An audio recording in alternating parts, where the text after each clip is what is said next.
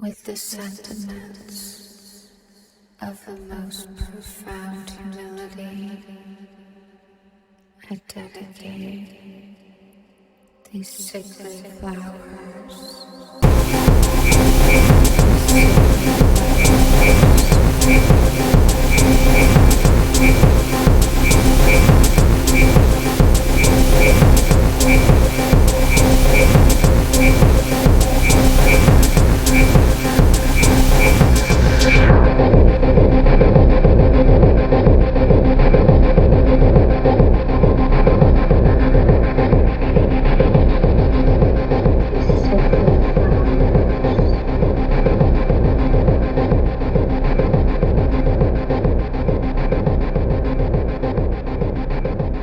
Here is Mac Brim.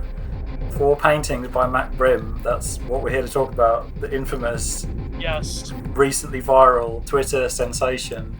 Just to give a tiny bit of background on it, I suppose. 4 still life paintings recently went viral on Twitter.com, everyone's favourite website. 300 plus 320,000 likes at the time of all of recording. Those millennial baddies love this. A lot of baddies. That's meaningful. A lot of baddies. We're clicking a lot of buttons there. And I mean, at the time when you came across these pieces, I believe it had 200,000, didn't it? And so it's actually gone up by a third since then. All of them hate. Well, no, I hate likes, but I noted it's really funny how when you look at the replies, like the actual quote tweets, you can the first ones are positive. They're like, this is really meaningful, and this one woman said that, oh my god, I have the same dildo. Oh my god. But then as soon as I did my mini thread on it, I noticed, I'm not saying that I am important or anything, but I noticed the sea change in. Well, there was certainly a resurgence in trad takes on this in the last few hours. But to go back quickly to the beginning here, so we've got to look at who exactly is this Mac Brim, woman, girl, lady, whatever, the creator of these paintings, you know. So you go on her website and it says, so this is an artist from Dallas who studied painting at the University of Oklahoma. And she describes herself as an independent artist who is intent on exploring femininity in the current landscape and creating art that makes women feel seen. And I think that those are both quite telling. That's why I wrote them down in the notes here. Well, has she been in the art world for very long? That's all. I mean, it's all. She's been an artist a year. She personally has been an artist for a little over a year, I believe. She's been on Instagram since 2012, and for this talk, I don't really necessarily want to go into character assassination of this girl.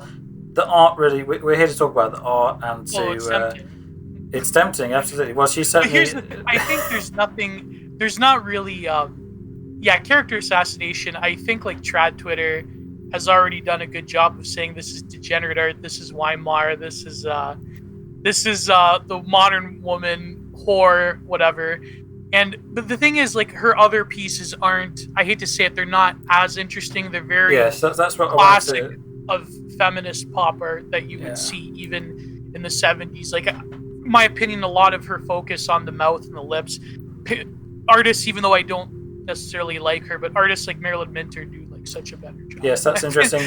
You did some expose on some of Marilyn Minter's pieces of the babies covered in silver goo or whatever it was, and that the hot lips filled with goo. The hot lips, that's right. I don't know if this is a conscious kind of evocation of these sort of things. I think it's more of an unconscious thing. But the reason why a lot of her work, if you go through her oeuvre, if you call it that, there's lots of very glossy, very high impact, high contrast, and this is what you would call, I suppose, grammable kitsch.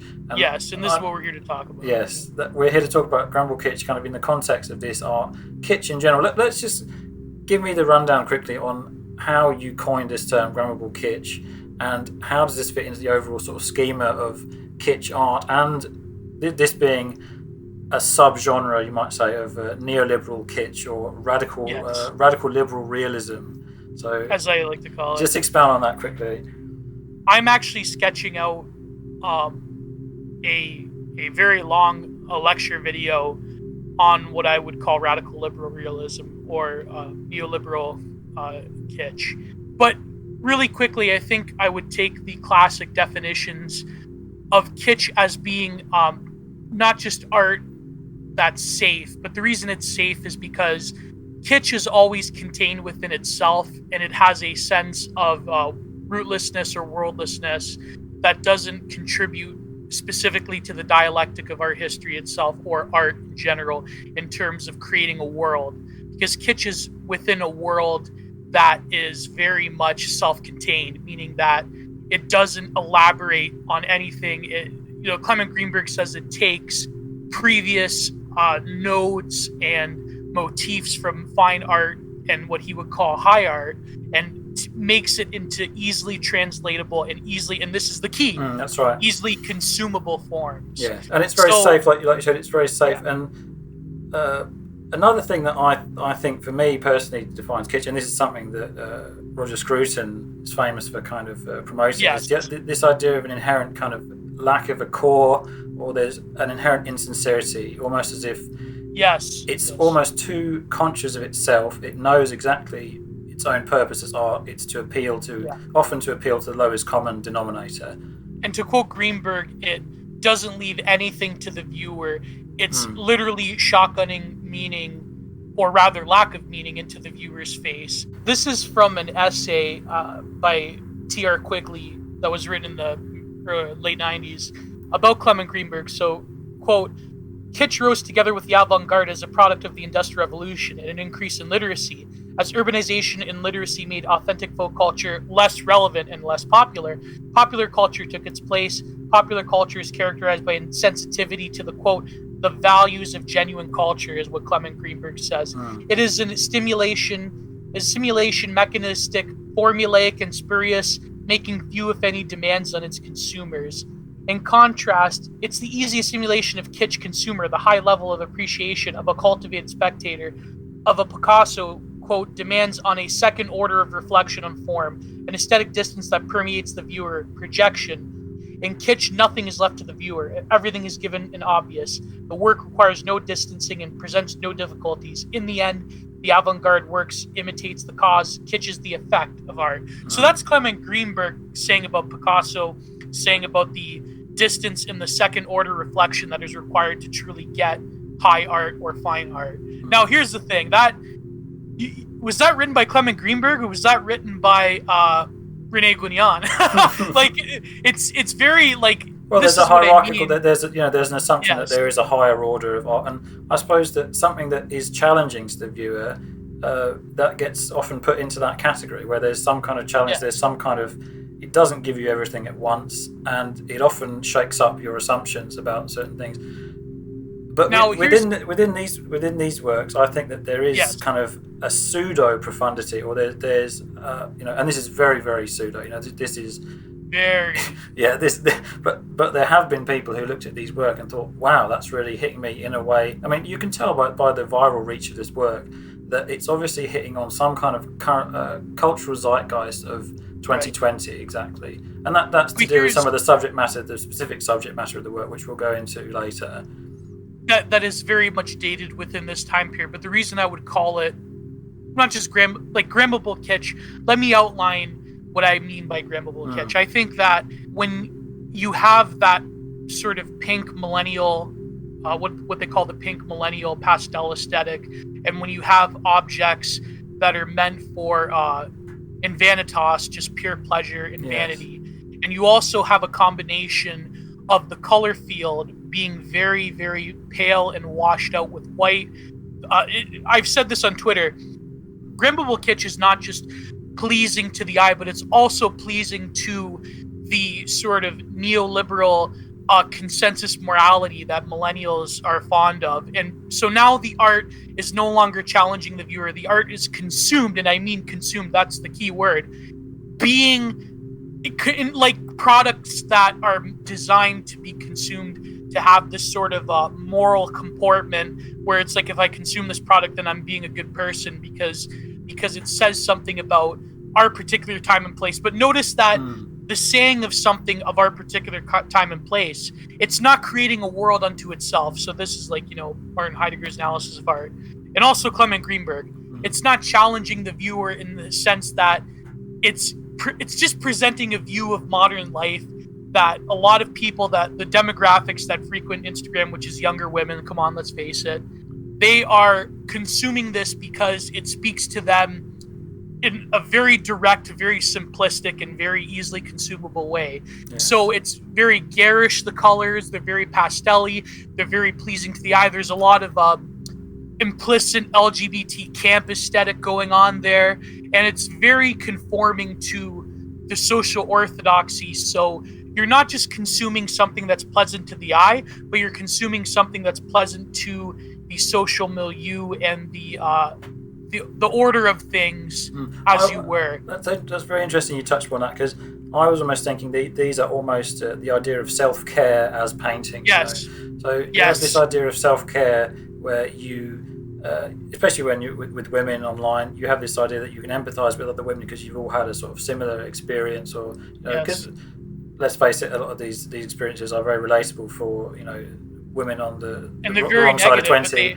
But they have to be painted as being positive. That's the key right there. And I do believe they are. We can talk about that a bit later. We'll see. The what reason is we bring intention? self-care is because the book that's in one of the paintings. But yeah, go ahead.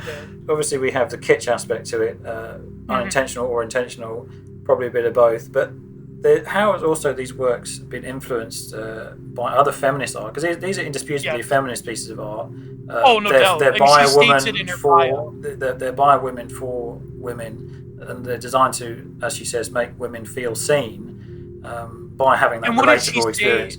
She says that my body of work is constantly evolving, but right now I'm really focused on creating pieces that are intense and confrontational. But see, it's almost... I don't think these are confrontational at all, as I've said.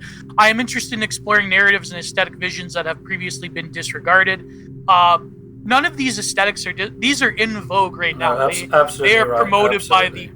They're promoted by the contemporary art world like nothing else. I mean, in DC at the Plaza Hotel, there is this. When I'm going to do my neoliberal kitsch video, I'm going to use images from it. But it got a lot of attention on Now This, where it's all this feminist art. It's all these paintings of Ruth Bader Ginsburg and what's her name? How dare you? Thunberg, yeah. I love to represent young women in their stories and my pieces of exploration of femininity in the current landscape.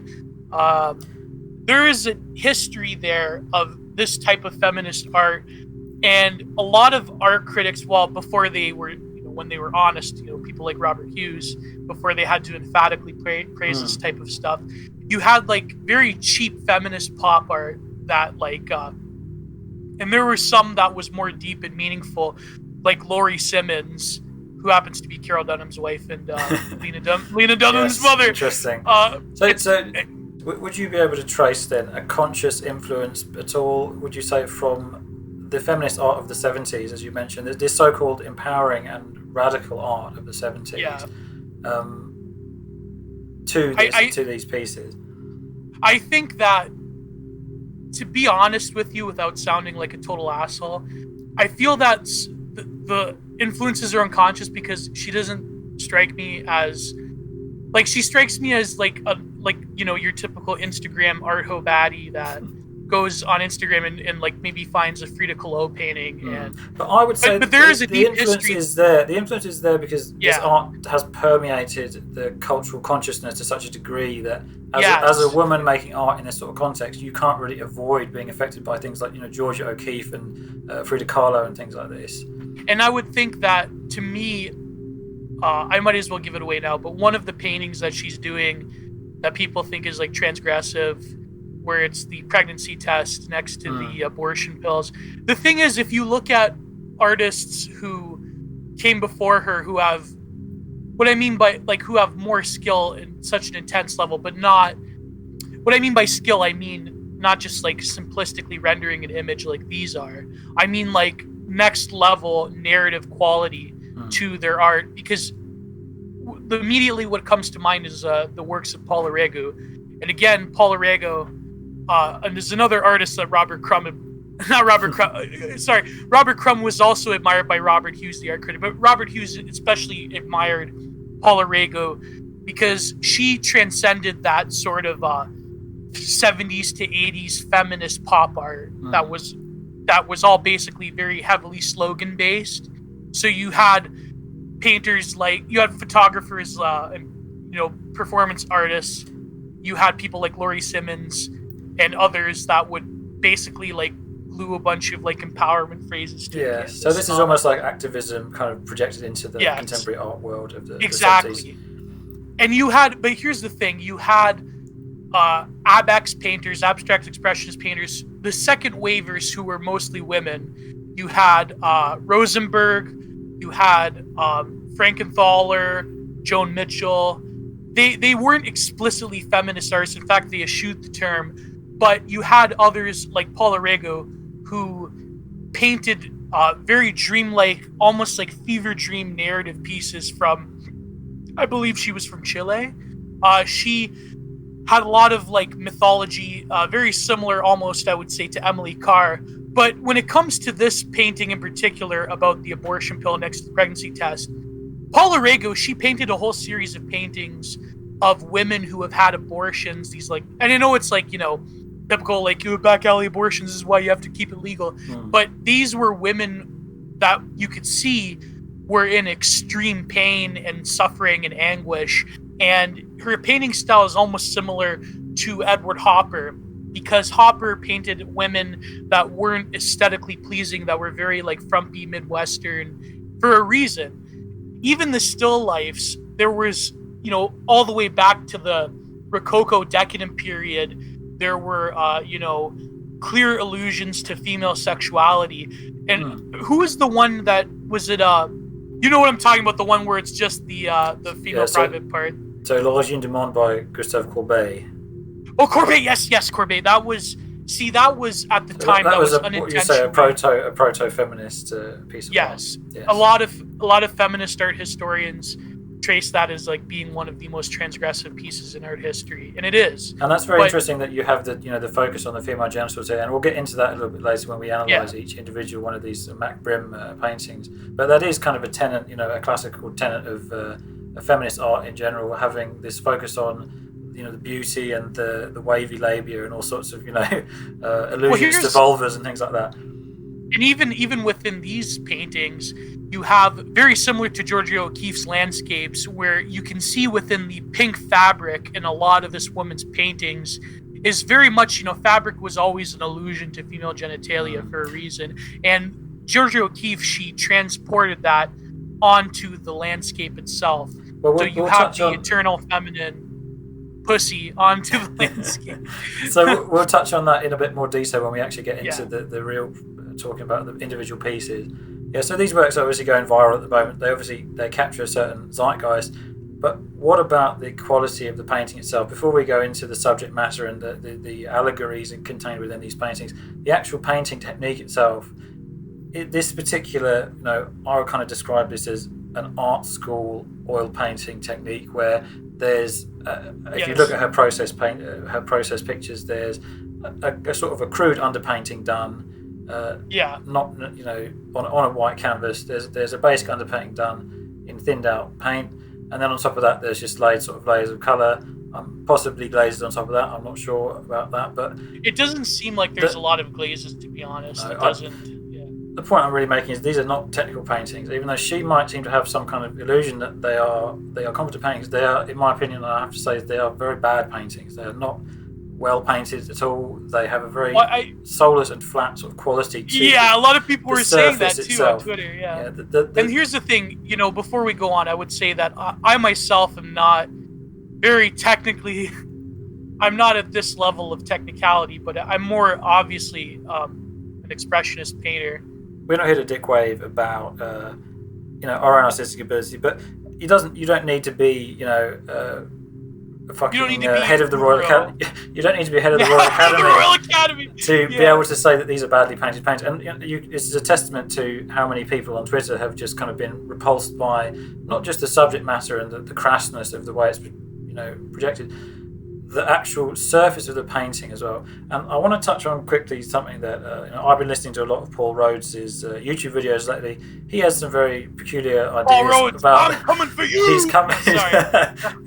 The debate's happening soon. the point being that my kind of exploration into Paul Rhodes' philosophy on painting as a craft and an art, and what he calls true painting, where the surface is active. He says the surface of the painting is active, and there's very much so. stuff going on. Like a Titian would really be the ideal example of this, where he does so much with paint itself as a medium that you can't help but be kind of dazzled by this. But he uses it to tell a story and to have what Rhodes would call the illustrative aspects of painting are also top notch. Yeah, or Rembrandt. And exactly, Rembrandt. So there's with Rembrandt, there's a huge focus on the surface and building up the surface, making the surface interesting. Whereas with these, there's virtually none of that. It's over rendered. There's a lot of kind of it's dead. It's a dead It's a dead surface. It's a lifeless surface.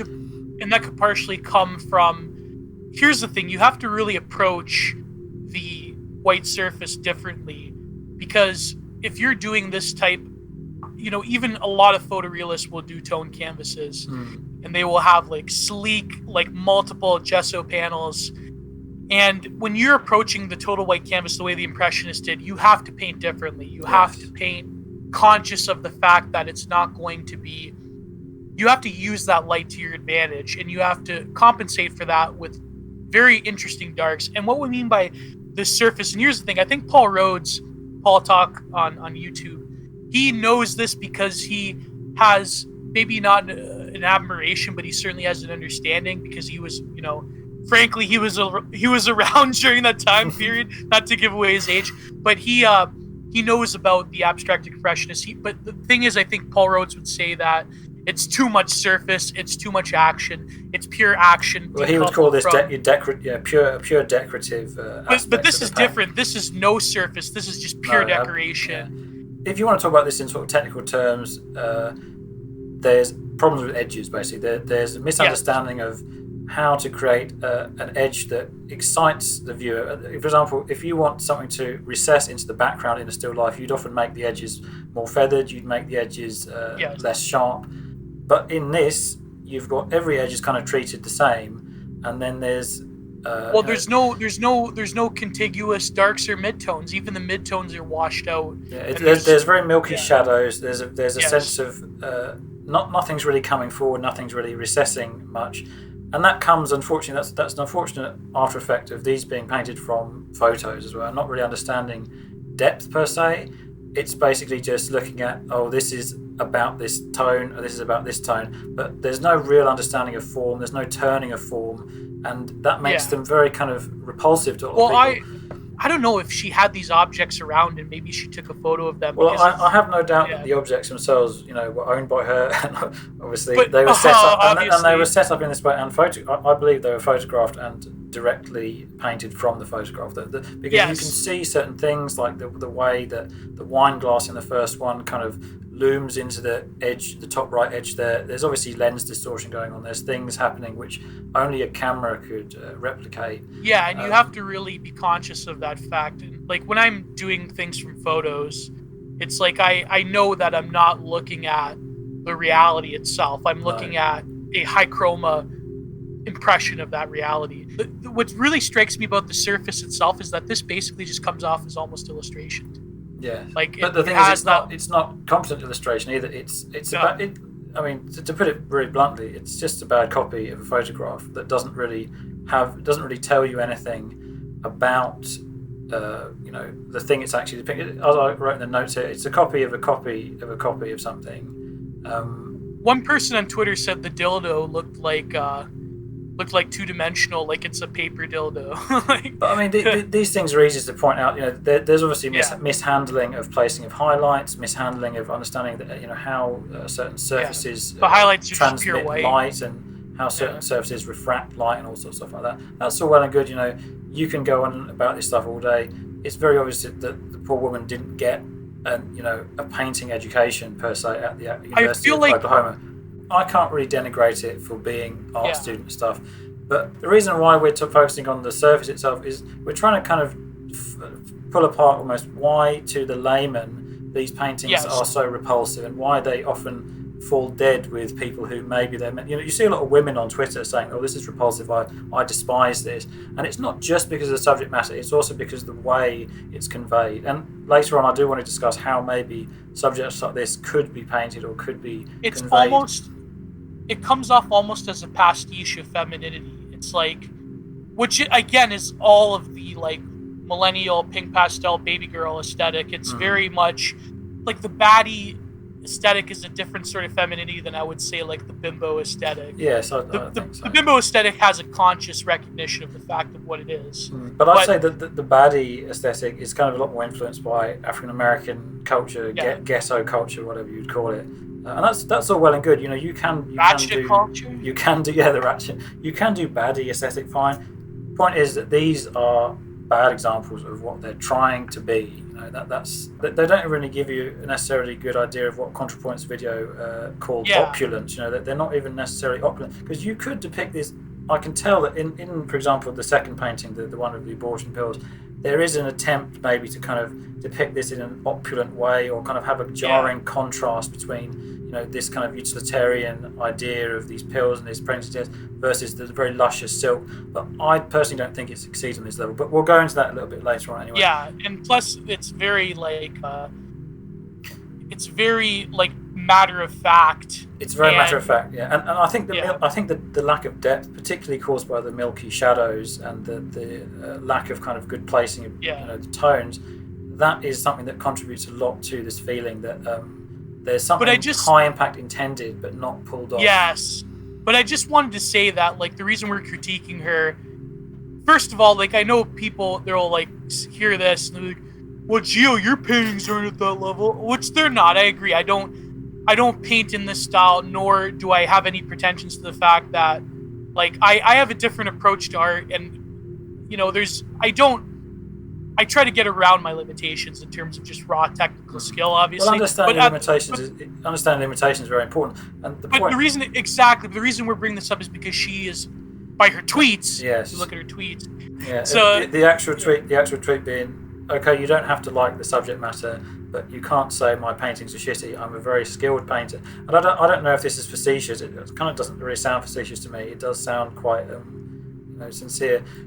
But from the notes here, I've also got in terms of the painting itself, the paintings are conceptual works, and that means that the surface of the painting, the feel of the painting, the look of the painting in the room, these is irrelevant. So it's more about the concept and the image it delivers to you. The image is just kind of a vehicle of the concept. So the image can be delivered badly, it can be painted badly. Yes. You don't have to care about edges and proper tones and structuring of your paint or anything like that. That's not relevant, because it's all about the concept. It's all about, like you said, shotgunning the concept directly into your cerebral cortex. And this is where I feel that Paul Rhodes is correct, because he says that the problem nowadays with contemporary art is that, starting from Lucian Freud onwards, although I don't agree with him with Lucian Freud, because Lucian Freud's backgrounds are quite sensuous as well. But he says that, it doesn't matter what the background is. The surface of the painting itself is irrelevant. It's all about the subject matter, the focal point of what is there. And it's not necessarily about the background or the contiguous, by contiguous, I mean like the whole connecting nature of each element within the painting itself. That doesn't matter. All that matters is the dildo, the abortion pills, the iPhone, the condoms next to the mask, which we'll get into the mask, obviously. I mean, but this is easily disproved by the fact that you could, a very skilled painter could paint these exact same subjects and paint them in a way which emotionally arrests you.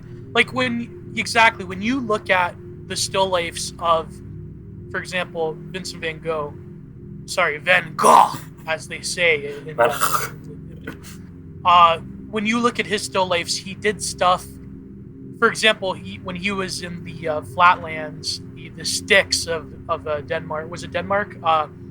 Where he was, he impregnated that village girl, so he had to leave. He was painting things like he was obsessively collecting birds' nests. And I hate to say it, but he kind of knocked off a few of those eggs in the morning breakfast as well. The thing is that the grays, the earth tones, they were very much suited to his environment at the time. When you look at Van Gogh, when you look at Van Gogh's painting of the absinthe glass, was it really like it wouldn't work unless it was in that cafe where he was bedding that older Italian woman. Well, there's a sense of place, there's a sense of adventure, narrative. His own personal. And a sense of his life itself was at that moment in time in his life. That was his world that he was creating and he was expressing. So this is very much like Heidegger's, Worker's Boots essay of Van Gogh, where Van Gogh is implying the world of the worker itself by painting the still life of the boots. That's a man who's obviously driven by very different motivations than Mrs. Mack here. Okay, let's actually now go on to the first painting.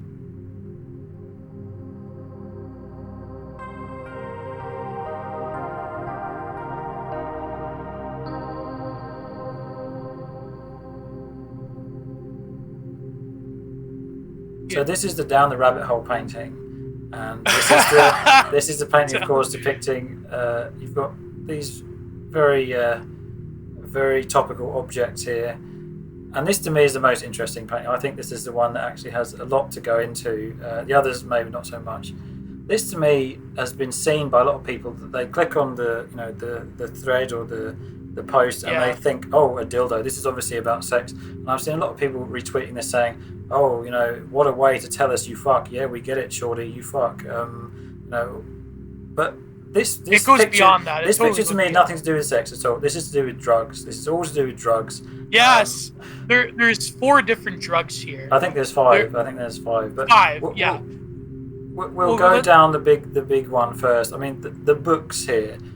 Yes. Obviously, you've got this object of pleasure and sexual enjoyment sitting on these 2 books, and I think this is like more profound than people actually give it credit for. I think that there is a concept here, and that they are arranged consciously, But anyway, to go into the books here, you've got Trick Mirror, the bottom book, and this is a book with a subtitle very interestingly called Reflections on Self-Delusion by Gia Tolentino, 32-year-old Asian American writer who wrote for, drumroll please, Jezebel and The New Yorker. And it's very interesting.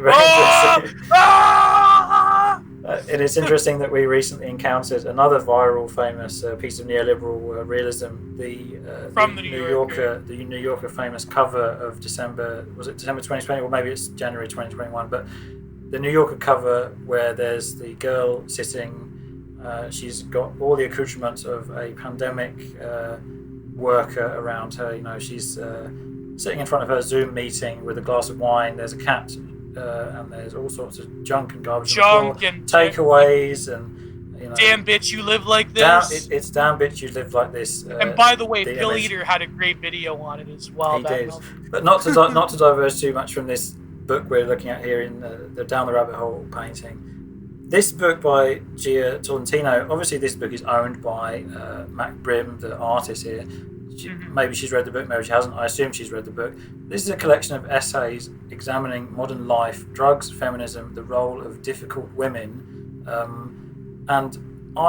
Difficult women. Ooh. As research for this discussion, I watched an interview, a very, very interesting interview with Gia Tolentino, where she's sitting in a bookshop, I believe, across from a person of ambiguous gender, and she's got her underwear kind of exposed throughout the whole, very short skirt, underwear exposed throughout the whole thing. And she's not that bad looking either. It's not what you she's think. not that bad looking at all. She's a 10 compared to the other writers at Jezebel. Put it that way. I wouldn't throw her out of bed, but just some tidbits. See, I'm sorry. We're totally like ruining this with male chauvinism. I'm sorry, but go ahead. I mean, just a few tidbits from Gia Tolentino herself. I'm interested in myself like any self-interested person, and I suppose that this is what the book is really about. It's about her own kind of examining the world, as she puts. She's examining the world through her own personal experiences, and obviously those experiences are not good. And interesting here, she lives in New York. She says, this great existential dread opened up when I realised that Lululemon, which is a yoga clothing company, and Sweet Green, which is a sort of cult of healthy eating, salad bar, wasn't fast food. Lululemon wasn't Lululemon sued out of I don't know. Their clothes were too revealing or something? Possibly. Yeah. Possibly. But I didn't know what these were. But she realised that both of these, Lululemon and Sweet Green, they were both optimization industries, which means in the sense of in the sense of techno capital that you have to consume these products in order to facilitate yourself working faster, harder, and having basically optimizing yourself in order to help fuel the same industries that provide you the products which optimize it. And it's a kind of a relentless cycle basically. And you know what's crazy about that is someone was replying to her on Twitter, not the writer, but this Mac woman, saying that these men think that it's a tragedy of modern life. It is a tragedy because it is this still life is the best one in my opinion, because it's revealing, but not in the way that the artist thinks it is. No, it's more revealing the coping mechanisms that are present to especially young women in the modern world when they have been forced out of their communities and they've been displaced by the pursuit of techno capital that because let's face it, feminism was, as my good friend T.A. Jackson has researched, feminism was created by the Ford Foundation in the service of techno capital to force women into the workplace and by extension force them into hyper urbanization. So young women, of course, do not have traditional family arrangements and marriages or connections to their home anymore, because they have to go off to these ultra megapolises and they have to basically consume products in order to feel whole again. This woman Gia, she's experiencing the alienation, what you call it, the capitalist realism. She is immersed in capitalist realism. Another quote here: Lululemon, the yoga company, it's late capitalist fetish wear. So this is these tight yoga pants, I suppose they're designed to be a fetishistic object where working out is made into some kind of status symbol. You have to work out in this. But not just that, they're clothes for every occasion, because you can go into a modern office open concept business meeting in them. You could work out in them, and they're also and that's a part of you being that's a part of you being optimized, or that's a part of you being an optimized a lot of women, subject. Exactly, instrumentalized subjects, to quote people. So you're instrumentalized because then the yoga pants is something that women wear every day for comfort as well. And also, let's face it, there's a sexual connotation there. How many pornography videos are there of absolutely, ripping open the yoga pants and easy access, and yoga pants is often the setup in pornography for sexual encounters around the gym. You go in the locker room and she fucks you and it's easy to take off, blah blah blah. There's something inherently, like she said, fetishistic about it, and this ties into her theory here in one of these essays. The consumer definition of a woman under techno capital is understanding yourself as something that is constantly in need of improvement. And I think this still life is definitely done by somebody who is conscious of this. She's been on Instagram since 2012. If you've been on Instagram for 2012, you have a very, very obvious idea that other women are improving. There's keeping up with the Joneses on steroids, basically. That your mind has been blown out like a 12 gauge, like a Kurt Cobain in a 12 gauge shotgun by techno capital, by the algorithms that force certain trends and force especially young women into this constant cycle of attention-seeking economy conformity. And also, notice how there is a proletarianization of the erotic by the yoga pants industrial complex, by fitness wear, because you're young, you're fit, but also everyone wears yoga pants, and also there's a blurring of... You're buying that sort of signifier of youth, fitness, and vitality. And capitalism is destroying the signifiers of class division more than communism for purposes of hyper-consumerism. And therefore, these young women, they have to find, by wearing the yoga pants, they are conforming to certain social expectations of women themselves. And it's very proletarian. It's the same with the salad bar as well, that she mentions, the salad bar. this idea of the sort of cult of healthiness. You have to be healthy. Green smoothies, fitness, Instagram. You can't be ill. You can't be ill because if you're ill, you won't be able to work as hard and you won't be efficient. And not because you don't want to be ill because you have to have children. No, it's because you have to go into work or you have to go into the Zoom meeting. You have to look your best. So there's also this black humor involved in Gia's book, and one of the quotes she mentions in this bookshop discussion she has is, "Isn't it funny how we all want to die?" And then she laughs nervously, and everyone in the audience also sort of laughs nervously. So there is this kind of young women kind of coming to this sort of spiritual brink and looking at themselves and thinking, wow, I actually really am genuinely very not happy at this point. So I have to live, laugh, love. Yeah, and that's where live, laugh, love kind of comes into it. And that's where, the next book we're going to look at here on top of the other book, Radical Acceptance. And this is what you'd call a sort of a pseudo-Buddhist mindfulness meditation technique book. The ones that the corporations used to strip Buddhism of all meaning, that's right, to make you more of an efficient cog in the neoliberal corporate machine. So and I hate to say it, but Jordan Peterson basically does this for young men. Yeah. But that's another video. But without the sort of pseudo-Eastern kind of side. But this book, Radical Acceptance by Tara Brach,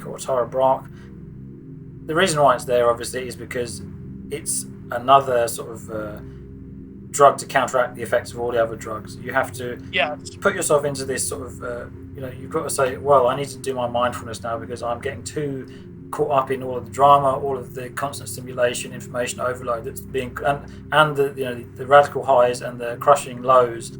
It just seems itself implies a sort of self-care narcissism. It's kind of an elaborate mindfulness cope for kind of dealing with the present moment maybe not being quite how you envisioned it, or dealing with trauma. Obviously, everybody has trauma these days. As I always say, millennial generation is a generation defined by unresolved trauma.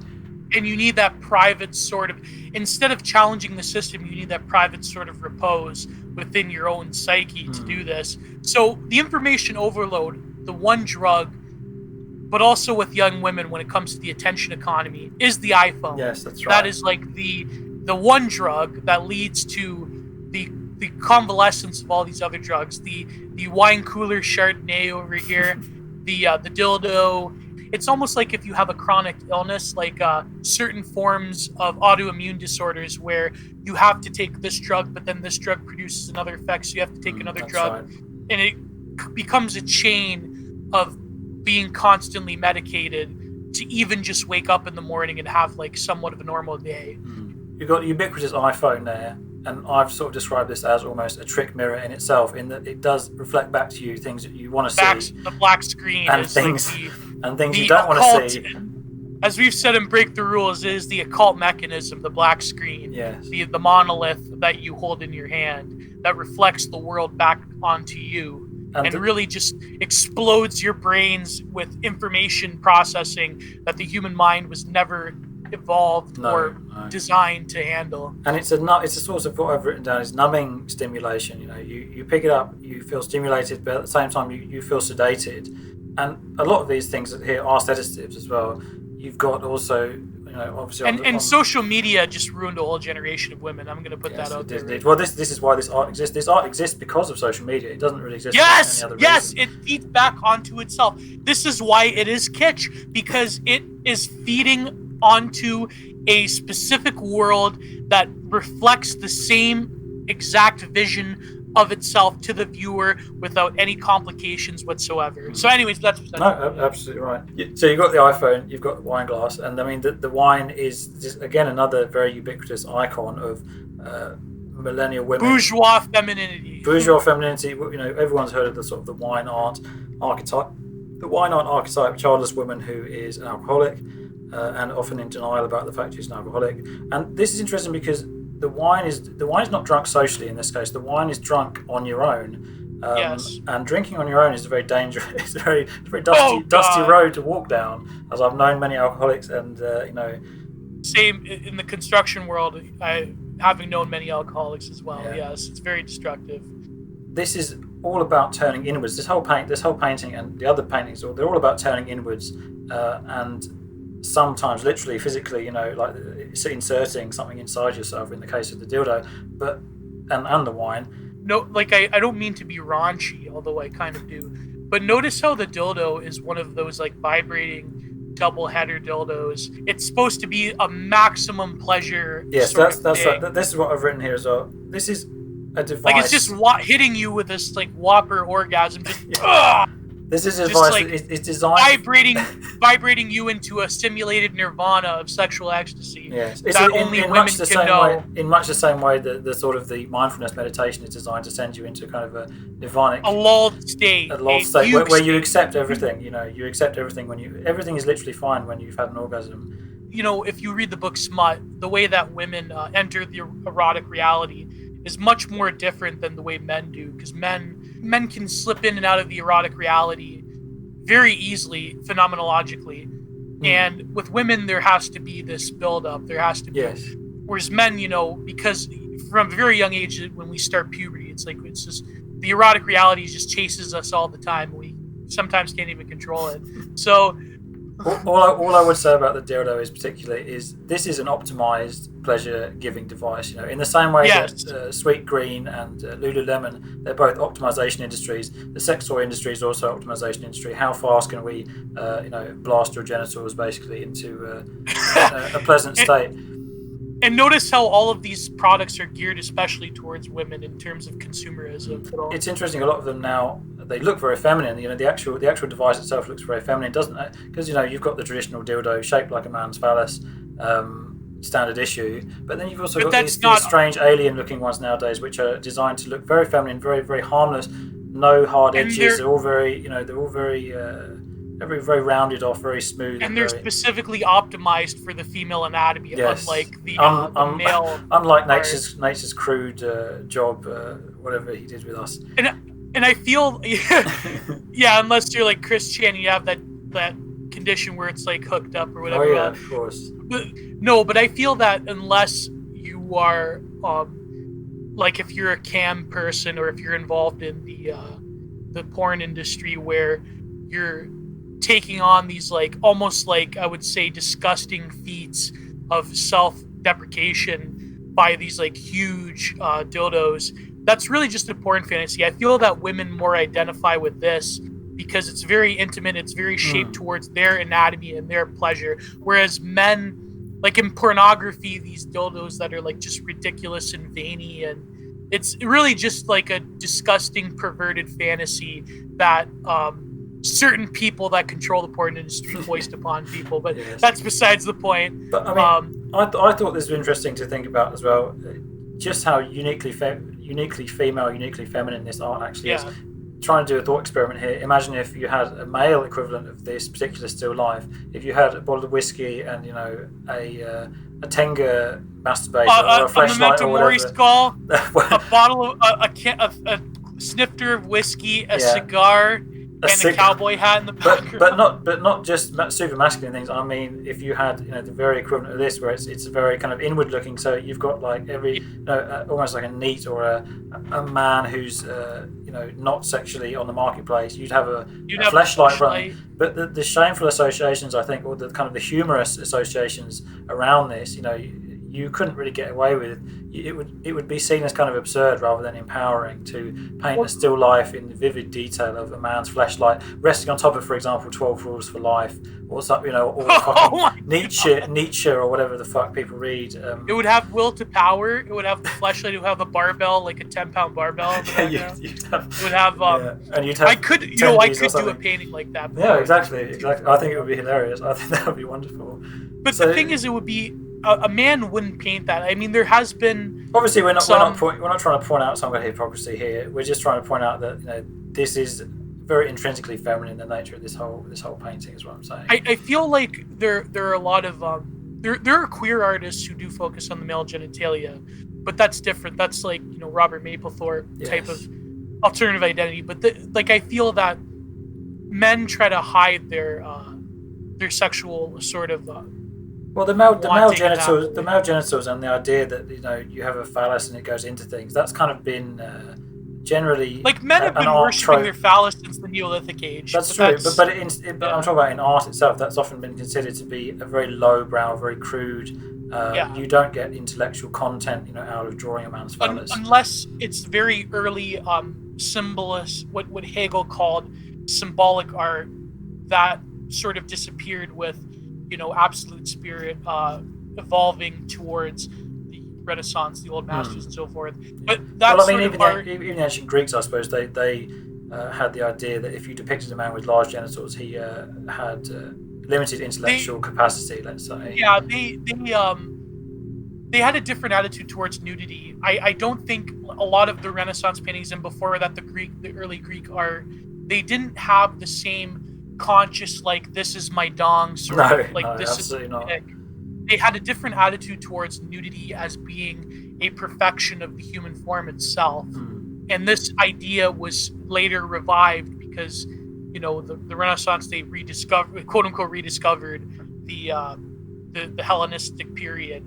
That idea of the masculine nude is conveying something fundamentally different than what this activist art is trying to bring attention to, the pleasures of women. Because female nudity, which is 90% painted by men. Yes. Well, this is the male gaze again we're talking about. I mean, this is art. This is art for the female gaze specifically. But if you read Kenneth Clark's book on the nude, the male gaze, it's certainly there, but it's way overplayed for what a lot of these painters were trying to do with female nudity. What they thought represented the ideal form, the heavenly divine form of humanity itself through the female nude, because the female nude was the most pleasurable, not just pleasurable, but it was the most aesthetically distinct and divinely created object to a lot of the Renaissance painters, from Botticelli to even Titian to an extent, and the painters that came out of. And I mean, every woman loves to see herself reflected in a beautiful, idealized nude woman. Absolutely. But there was a period of time where the only way they could paint a female nude, because of the Catholic Church, was when they were depicting Adam and Eve. So every single artist had to have an Adam and Eve painting, because they're like, this is the way we could practice a female nude. There we go. But okay, so just to circle around here, so we've looked at this first painting down the rabbit hole, and conclusion being, they're all drugs. They're all drugs. trying to blow your mind out on stimuli. And this is all about masturbation. Not just the dildo. The whole picture is about masturbation. It's about numbing yourself. The iPhone is about masturbation. Yes. It's about a sort of a personality, a attention, a sort of female. I don't want to say female narcissism, but you get what I mean. Oh, of course. Well, it's self-interest, as Gia Tolentino herself said. I'm a self-interested person, so obviously I'm interested in myself. So this is a painting that's very interested in herself, And obviously these are designed to offset the ill effects of the other drugs. But it's about palliative care for the symptoms and the illnesses of being a millennial. This is typified by another quote by Gia Tolentino. And this painting, I'd say, typifies what she calls the internet feeling, which is knowing so much about something, yet having less ability to change it than you've ever had. I might have to buy this book, actually. It's tempting. I think you'd enjoy it.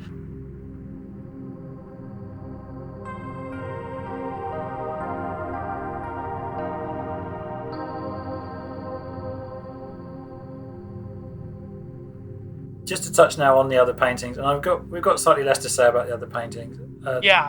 Stuff we've already said before, but the second one here. So this is called The Limits of My Delusion. I've reached the limits of my delusion. And this is the infamous abortion pills and pregnancy test painting. Demon, ghoulish, generator! On pink silk here. And the main thing that obviously a lot of people looked at this and they thought, what's Mifeprex or Mifeprex or whatever it's called. And that's obviously an abortion drug. It says effective. It's an abortifacient, they call it, effective for 63 days after pregnancy. So it's not morning after pill or anything. This is after you've already found out you're pregnant. And there's an interesting connection with the last painting here, which I will touch on when we get to the last painting. But obviously, this is very obviously, I don't want to assume things about this girl's life or whatever. It's very obvious that she had an abortion, and that's fine. Many women have similar experience. That's how you can relate to this painting. But I was more interested in the way that these two objects, very kind of mundane, everyday objects, obviously she's conscious of this, they're presented alongside this voluptuous Well, let me be folds clear. of It's this silk. mundane objects for certain demographic of women. I don't want to... Oh yes, absolutely. Yeah. Well, they're mundane objects in the sense that they're mass-produced objects. They don't have any intrinsic sort of what you'd call artistic beauty to them. They're utilitarian objects. They're designed to fulfill a very blunt function. So they're almost entering like a pop art dimension in the sense of... That's right, yeah. The repeating consumable object, yeah. This abortion pills is the Warhol soup can of 2020. As in a very popular... Well, no, the mask is the Warhol soup can of 2020. Yeah, that's true. We'll get to that, yeah. So all I was going to say really is the pink silk to me, it just evokes sort of the folds of, a vulva or a uterus internal lining. Obviously, I'd say that's probably intentional. But it also... It called to mind to me, some of Georgia O'Keeffe's work, and you want to say a little bit about O'Keeffe, what exactly she was doing with these sort of fluffy, petally, these vulva-esque sort of landscapes. She was really trying to, in my opinion, express a more primordial femininity, and she was really grafting the classic motif of the vaginal walls, the labia, the inner pink, sort of the folds of womanhood with the natural folds that develop within nature itself, whether it's with flowers or the landscape. And there was something almost spiritualized to Georgia O'Keeffe's paintings, because she was really trying to connect to a more archetypal, natural, what would you call it, Gaian consciousness. Yes, it's very much Gaian. It's Mother Earth kind of as, this psychedelic almost symbols. Yeah. But here we have a subversion of that in some ways, because now these objects are common, mass-produced by the hands of man. Absolutely. And here's the thing, I literally mean the hands of man, because the abortion pill and the morning after pill and the pill itself, they were sold as products of liberation, but really, I mean, you could go into the whole history of it, how they were, created by foundations like the Ford Foundation and who were given medical research into this, and they were doing human experimentation to third world women in India and Puerto Rico and elsewhere, and they were basically looking for, like, I don't mean to sound like conspiracy Alex Jones, but it is population control, but it's more of... Yes, it is, absolutely. It's more of the conquering of nature. It comes from Enlightenment instrumental reason, where we think that we can conquer the forces of nature itself. And really, the modern pill has unleashed so many different pathologies onto human relations and society itself. And I feel that it goes beyond just saying that, when things, social decay and all of this, it really was techno-capital that led to everything melting into air as such when it comes to the relations between men and women. Because the pill fundamentally disturbed those primordial relations between men and women themselves. It certainly changed the way sex was approached and the way sex was thought about in terms of consequences, in terms of, but then it didn't really change people's inherent their mind. It changes a physiological function in your body. It doesn't necessarily change your consciousness about sex or about the other sex. It does actually. Well, I mean, it changes hormonal. But I'm talking about in terms of... it makes women more attracted to weaker men, apparently. Okay. Many such cases. But... yeah. So, I mean, the title itself, The Limits of My Delusion, is very interesting. I also wanted to link that back to the subtitle of Gia's book, which was Reflections on Self-Delusion. So I don't know, that to me also kind of speaks of like a conscious, she's definitely drawing together these elements where I don't know if this is referring to deluding myself about the fact that I wouldn't get pregnant, deluding myself about the fact that I can have consequence-free sex or whatever, or birth control works every time or something like that. I don't know, maybe there is that aspect of sort of self-awareness there where you're kind of looking at, you were deluded about, you thought this instance of reality can never come true, and then it did come true, and you've had to deal with these material consequences. Or maybe you wouldn't worry about it if you were married to a husband that loved you and you were in a traditional relationship. That is true. You wouldn't have to fret over getting pregnant like that. But anyways, that's beside. I'm trad posting right now, so let's move on. Yeah, this painting is obviously the most ghoulish out of them. I suppose it is the most ghoulish one, and I think it's the one that women on Twitter have had the most visceral reaction to. I mean, I think that women on Twitter maybe look at the first one as kind of, oh, this is a bit miserable, isn't it? But they look at the second one like there's an active kind of repulsion to it, and a kind of I don't know. It's almost like looking at the instruments of your own destruction in a way. I feel, yes, or your own negation. This like type of simplistic juxtaposition, it's very much like fake profundity that a lot of like pop feminism has inflicted upon the world, where it's like, oh my god, it's so profound that she's putting like the pregnancy test next to the abortion pill. It's like, oh my god, like she was in this situation where she was doubting herself, and it's like, what should I do? Should I take these pills? And it's very much like this shit has been going on since the 80s. You know what I mean? This type of like and obviously dilemma. We're not trying to denigrate the obviously psychological traumatic aspect of this kind of thing. There is almost sort of a tragic comic aspect to it, where it's like, look what you made me do, almost, and now I've gone through this trauma, now I've experienced this and very difficult experience. I've had to make this trauma healing art, so I've healed myself through this art. Yeah, but here's the thing, I feel that a lot of like the original like manosphere discourse around this was very juvenile, in the sense that they didn't really it was just like I hate to say it. Well, they were the buggers getting them pregnant, weren't they? But that's the thing. I feel that they have this very simplistic, like almost like coming off as woman hate response to like, well, you should have known what you're getting into, bitch. It's like, here's the thing, you can't expect, and I know this is going to come off as sexist, but we've talked about this, you can't expect the same degree of like that conscious decision making that men are accustomed to. Like, you're just expecting women to basically, like the feminists, you want women to just be like men. And it's bullshit, because women have different pressures and cultural, physiological, and I would say spiritual forces that influence their behavior. And I do feel, of course, when women are trapping men, or when trapping men with pregnancy is bullshit, is wrong, and when women are aborting kids that men want, that is equally wrong.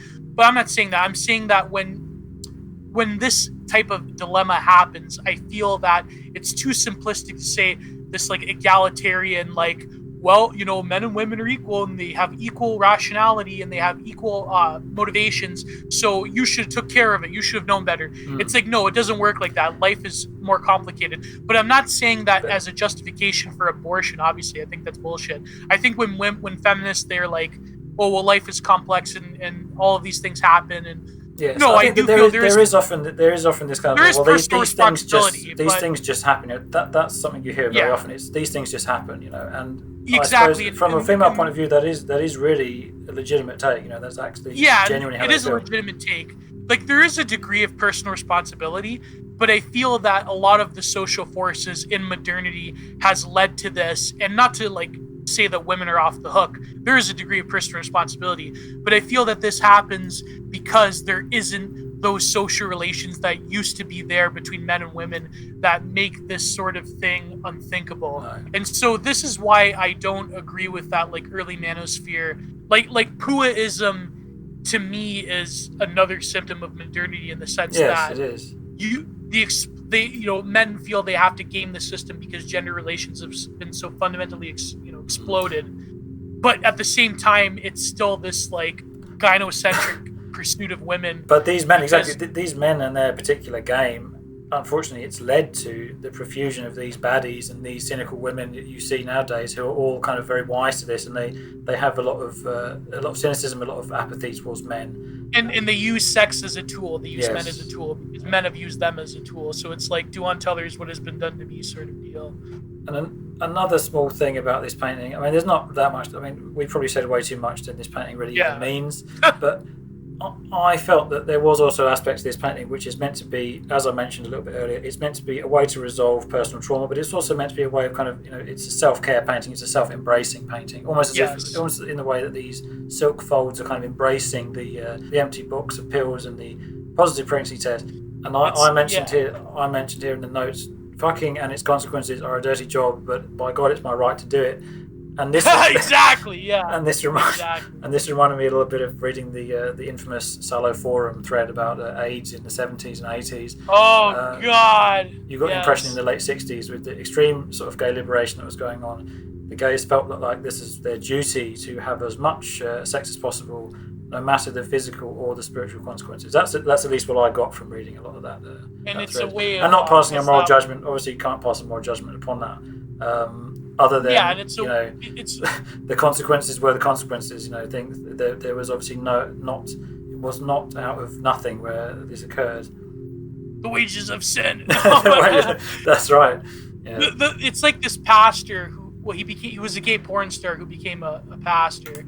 He described intimately what it was like back in the day in San Francisco in the Tenderloin, and it was all basically, he said, to fill a hole inside of themselves, to embrace this world of like hyper homosexual masculinity, and to do this to him in a willfully transgressive goal. Yeah, and the process of even getting ready to do this sort of transient sterile relations, if you know what I mean, was a way of mortifying himself like a ritual to find that level of sexual intimacy and acceptance by the other that was to him almost an impossible task.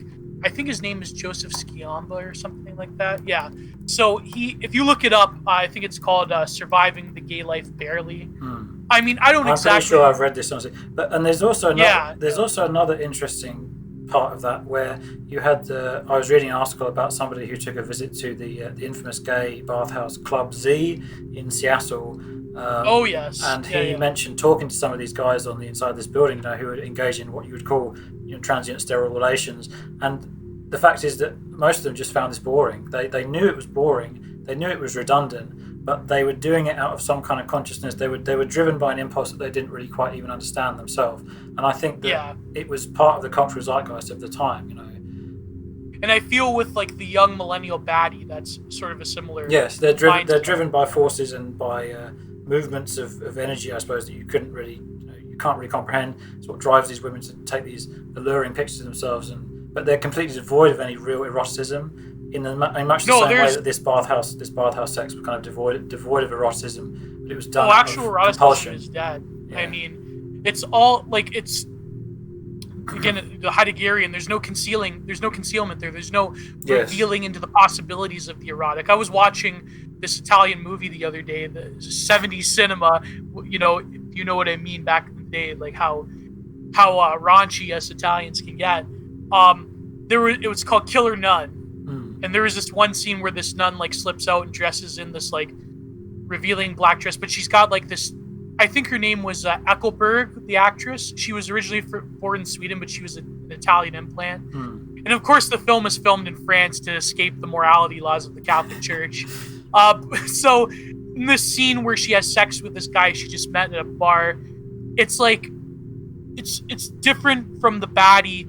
Like, I feel that the baddie is trying to embrace that full figure again, the way that a lot of these femme fatale actresses from Italian 70s cinema, like the full figure, not necessarily conventionally beautiful, but she's got these erotic, piercing eyes, and it's like this full figure, but it's never, the sex scene is never full nudity. Like, there is full nudity, but it's almost as if there is a, like, she riles up her skirt, and there's like the stocking panties, and it's like, there's no, with the baddie, I get what they're trying to do with this, like, transforming, like, the largely, like, 1980s and 1990s, like, bimbo porn star model aesthetic. Like, she herself, like, okay, here's the thing. I mean, she's not, her face is sort of like, there's too much makeup. She's not that conventionally beautiful. But her body is, like, this typical, like, baddie, like, thigh-high thong, like... Yeah, of course. What's the Jenner that started this all? Oh, Kylie Jenner or whatever. Kylie Jenner, like the big boot, like a lot of it's appropriation of like black ratchet culture, like the big booty, racial ambiguity. Yeah, I do big chunky feminine bodies, that. Yeah, like I don't mind those big chunky feminine bodies, but I feel that it's doing a disservice by having everything hang out. There's no longer any eroticism in it because they're largely trying to compete with the image that has been foisted upon them by other women and by marketing firms that are largely, unfortunately, with these fashion industry firms that are largely run by gay men. But But but with these particular sort of baddies, I suppose you get the implication that although there is a concealing there, there is a sort of a willful erotic concealment. You get the impression that if you give even a slight sort of piece of attention or money or whatever, then the concealment will instantly go away, and that you'll be full frontal straight away. So there's not really a sort of element of chase there, and that's why a lot of these girls feel like they get manipulated by men, particularly men with overt signs of power and money so easily.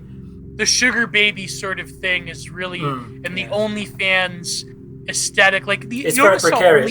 It's very, very precarious. Yeah, they're not like conventionally beautiful women at all. Oh no, they're in some ways. Yeah, of course. And I think that's generally a step in the right direction in terms of restoring something more of a healthy erotic relationship between men and women. But at the same time, that it's trapped within this very precarious gig economy, hyper capital paradigm where you basically pay. Stardust, one of my favorite commentators, he did a very good video recently called "There was no limit to thirst" or something like that, or there was no bottom to thirst, where he talked about Belle Delphine and how Belle Delphine has managed to completely typify this paying for intimacy kind of vibe where Belle Delphine is an abstract desiring machine. Yes, absolutely. Abstract desiring machine is probably one of the most perfect explanations. But here's the thing: the problem I notice is that they no longer have either the cunningness of the classic 70s and 80s cinema femme fatale, and they don't have the the femme fatale aspect is completely dead. Absolutely. Yeah, they don't have the Chad energy of the bimbo either. They have. There's really, like, frankly, I hate to say it, like, I don't mean to sound sexist, but they have a lot of these baddies have personality traits I personally find repulsive. Like, for example, there's this one screen cap that she had here where it's on, I think, was a TikTok or a Snapchat. She's like, caused havoc on Twitter, got lots of love, got some death threats, made some money, had to aggressively fight the urge to explain my work to idiots. Well, here's the thing. I don't like having some background in art history myself. I don't like to think that I think I know. I think I can. Me and Matt here, I think we're explaining your work better than you know. I don't know. I don't mean to sound arrogant. Yeah, I've got a foundation course from Chelsea Art Design. One year foundation course. I've read I know a few things about art. No. I've read enough Clement Greenberg to know what good art is. Don't worry about it. but enough self-deprecating humor. You're right. I mean, the thing is, I don't like the arrogance of it. No. A lot of it's and I hate to say it, but it's a sassy overestimation of your own sort of power. But that power is given to you at the behest of these social media overlords. You wouldn't have caused all this havoc if your post had not gone viral on social media, and it's all kind of designed to do that. I mean, what was the point of making the art if not for it to go viral? I don't know what you expected. It's part of this sort of self-care, narcissism, attention economy. Yeah, where it's a cycle where cause havoc and then engage in self-care in order to deal with the negative consequences of this. Repeat, rinse, repeat. Yeah, and I feel that, like, as much as I don't want to do the whole 2010s Gamergate bullshit of these feminists are talking a lot of mad smack and they're getting a response and they're being mad about it and they want to censor us. It's like it goes deeper than that. Like, having tussled recently with a lot of these occult hot topic baddies,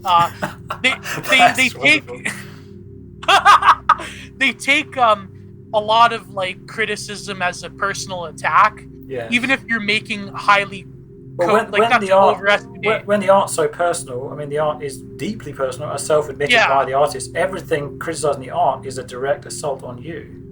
Yeah, people have criticized my work, and I like to think that my work has a degree of a personal element. Of course, but your art's not you, and my art's not me either at all. No.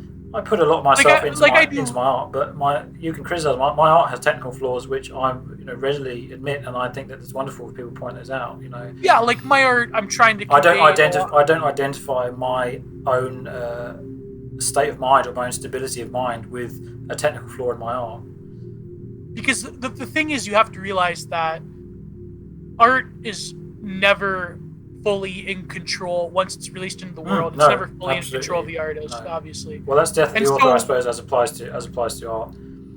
The only way you could do this is if you're a total corporate whore. The way that, like, in terms of having enough of like PR firms that can control the media, having enough attention economy that is gamed, and having a sophisticated, or rather having teams of people who are sophisticated in terms of knowing like how PR works, how algorithms work, how the attention economy is manifested.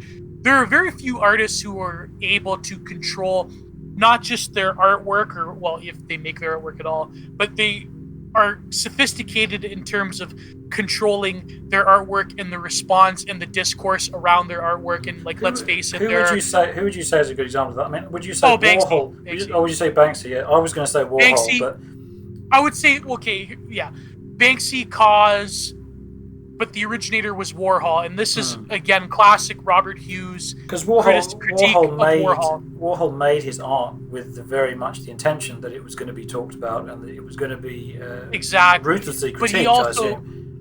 But he also controlled the response because of his media connections to that artwork. So Robert Hughes says that Warhol was the first in terms of crafting the image as an the artist is for the first time in human history, the artist is a progenitor of corporate forces that are ingratiated with the pipeline of celebrity itself.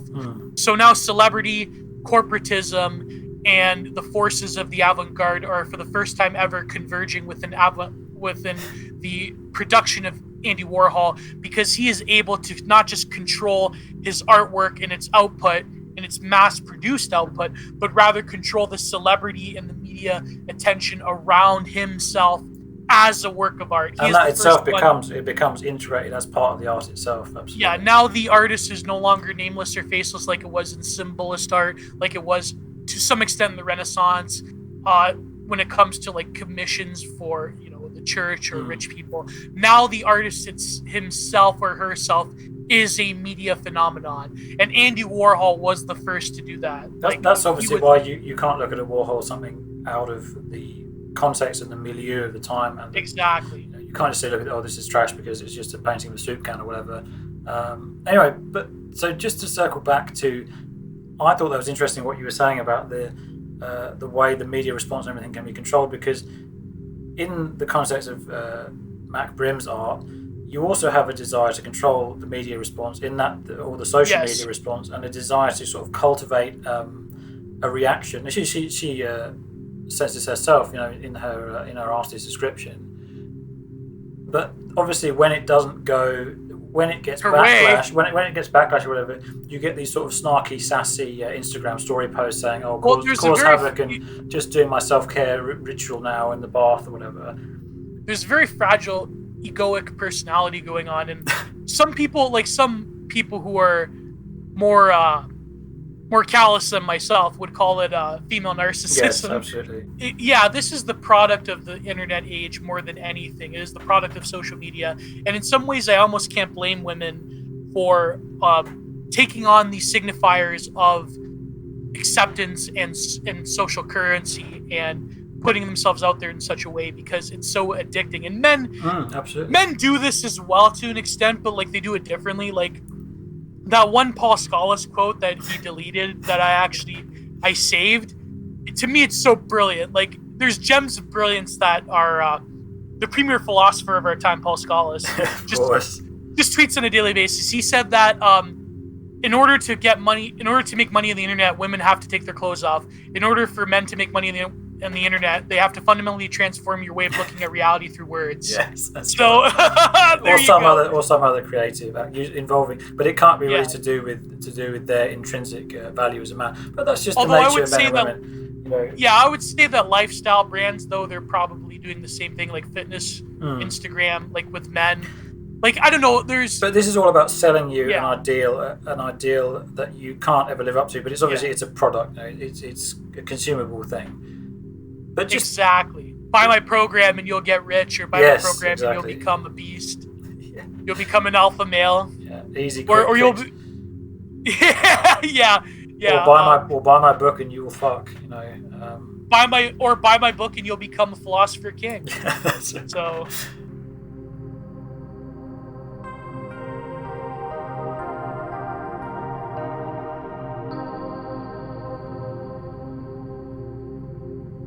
But just to move on to the third painting now, because we've got a little bit more to say, and then we'll do a roundup of like something that can be taken from all this. Is this the actual still life one? Well, this is the breadcrumb. The one that's called breadcrumbs, and I think that this is probably the least interesting one of them all. And this was the one that got a bit of the. I saw one person saying, "What's going on with this glass?" I mean, the glass is obviously broken. My heart is broken, or something. Or I'm careless. It's like no. Yeah, this is the visual equivalent of like mid 2000s, like scene girl, like goth Lolita. Listening to Evanescence, sort of. It does have a bit of that sort of woes me sort of quality, and also you've got the blank. I thought this was a notebook or like a moleskin book that was open here, but it's actually just a phone, reflected in the vase and in the wine glass, and it's just displaying sort of a blank white screen. Yeah, I know, sort of a portal, the portal to nothingness. This is probably the more competent still life here, but I still feel the shadows are just too bland. Well, it suffers from, unfortunately, a complete lack of kind of respect for the innate texture and the innate qualities of the items it's depicting. Everything almost feels like it's made of the same material as the glass. And this thing that's very prominent, this flower, I noticed this a little bit later on. This is very vaginal. You almost see that there's a clitoris type protrusion there in the middle of the flower. It's very much, again, this is like Georgia O'Keeffe LARPing, and maybe one of her teachers mentioned Georgia O'Keeffe, and she was like, "Oh, that's a good idea." So, here's the thing: this stuff has been done since at least like the early 70s, like this. And I'm not saying that you can't do a tribute or homage to someone like O'Keeffe. Well, it's not like it's haram. You can do it, but not in this turgid, very stiff, lifeless way. Anyway, I think even like a lot of feminist art critics, they would say that the problem is a lot of objects in feminist art have been used almost exclusively. So when other female artists, not necessarily this girl is obviously a feminist, but like when other female artists do use these objects, they feel that like sometimes a cigar is just a cigar, a rose is just a rose. Yeah. They're not implying the whole history of feminist art by using like a rose or a banana or red lips. Yeah. Although this, we were saying, once it's kind of free of your creative realm, anyone can read whatever into it. But I'm pretty sure. Yeah, there's female artists like some of our friends, for example, that paint flowers, and they're like, it's because I like painting a flower. I don't want to like. But when you look into the overall context, yeah, exactly. But when you look into the overall context of the rest of the art, I'm not saying about this piece, but I'm saying like a general criticism of, and it's very bodily, it's very corporeal, it's very weighted down with, because the body in postmodernity and academic discourses have become the site of a sort of material metaphysics that can't transcend itself the way that Renaissance art transcended the female nude into something spiritual. And as you say as well, now it's not just the body; it's isolated and dismembered parts of the body. It's bits of bodies. It's literally just like taking the vagina and putting it on the rose, putting it on the vibrator. It's just disembodied, fleshy genitalia, and it's basically like feminist activist art that puts like, instead of Donald Trump having a mouth, he has a pussy for a mouth. That's right. Well, stuff like that. This is a little bit more visually appealing than Donald Trump's pussy mouth. But to move on to the next one. This one is really the key that people are going, this is so 2020. Yes, that's right. Well, you have, of course, the ultra topical and ubiquitous again COVID surgical mask thing. Yeah, and so. I've written here another pseudo profound take on the whole. Wow, there is a pandemic, but also I must fuck. Normally lifestyle. I have no mask and I must fuck. I have no mask and I must fuck. And the condoms are right next to it. That's right. Yeah. And so you've got here the title of the work, PPE, which is personal protective equipment. Obviously, this is a reference to the Magnum Trojan condoms or whatever you have there, and the and what is the is that a cell phone or a remote? I am not sure what that is. That looks more like a remote than a phone to me, but it could be a phone. It's kind of irrelevant anyway. I don't know. I haven't really been able to. Even the vase in the back is just like an irrelevant object. Like this is what Paul Rhodes would say. The background doesn't matter whatsoever. It's just the objects. even the mask itself looks like a pussy. I mean, but the thing that I actually noticed about the mask I actually did a double take on this. I was like, oh, the mask has a hole. So this is implying that COVID, it could be spread through this mask, but also it's also crassly implying that this condom broke, and she therefore fell pregnant, and that's why she had to get the aforementioned abortion. So I don't know if I've seen anyone do this take. I know this is not like profound, but this is something that I don't think anyone's seen in this piece, and I just wanted to point it out that the mask is obviously very deliberately got a hole in it. And so personal protective equipment in this case, personal protective equipment is ineffectual. It's not working. The condom's not working. The condom's not working. The mask's certainly not working. The mask never worked anyway. You're saying masks are bullshit? Well, yeah, she is. She's red-pilled on the mask question. She's red-pilled on the mask, exactly. So the thing is, here's the thing. I feel that like the abortion pill painting, this type of stuff, I feel like, again, we've been indoctrinated with pro-abortion feminist talking points forever. In actuality, women, I feel, find this more disgusting than men. They do, yes. Because it's reminding women of not just the gravity of the decisions they have to make in life when it comes to children, but also this careless, cavalier treatment of the subject matter. It's almost like, I don't want to say internalized misogyny, of course. There's something to it. Like, I feel that you say there's kind of a self-loathing aspect to it. There's a self-loathing aspect, but also it seems that this is a conscious, especially with millennial women, a conscious hypersexuality that can come off as being one for the appeal of men. But the thing is, I don't agree totally, because in some sense that's true, but in other sense they're not doing it for men. They're doing it specifically for this, like, almost, I would say, de-eroticized hypersexuality that is no longer in the service of men or women, but rather it is this like garish, here's a condom, here's a mask, personal protection doesn't work, so it's like I have the pill, and it's all of this foisting on us of transient sterile relations that is alienating men and alienating women at the same time. I do think that there's a palpable sense of alienation and disillusionment with this painting. This painting to me doesn't really speak of kind of personal therapy and coming to terms with things. No, this it's one's in more the of exact kind of, opposite. Yeah, this is kind of more like, oh god, it's very stark.